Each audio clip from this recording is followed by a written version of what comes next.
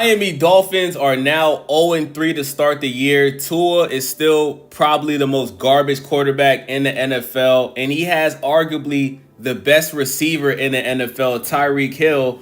But, it's the same thing that's been going on for the past 25 years straight with this Miami Dolphins organization.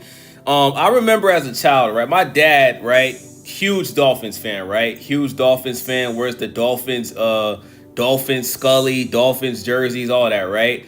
As a child, bro, I never liked the Dolphins because all I can remember as a kid is the Miami Dolphins losing, and losing, right?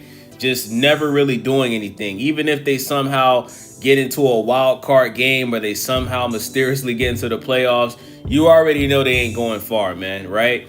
So at this point, I think everybody would agree that the Miami Dolphins needs to change everything. They need to change the team's color. They need to change the owner. They need to change the head coach. They need to change the quarterback. They need to restructure this entire organization because it's obvious that the Miami Dolphins are cursed. Whoever is running the Miami Dolphins does not have the formula and does not have any genuine intentions of winning a Super Bowl for this franchise. I don't think the Miami Dolphins has ever won a Super Bowl in their franchise history, which is crazy. Obviously, the best thing about the Dolphins is the Hall of Fame quarterback, Dan Marino. I believe he went to the Super Bowl but did not win a Super Bowl. He actually used to have a restaurant over there in Coral Springs down here in South Florida. I used to go to his restaurant. Food was fire back in the day, but it's not open anymore. Shout out to Dan Marino.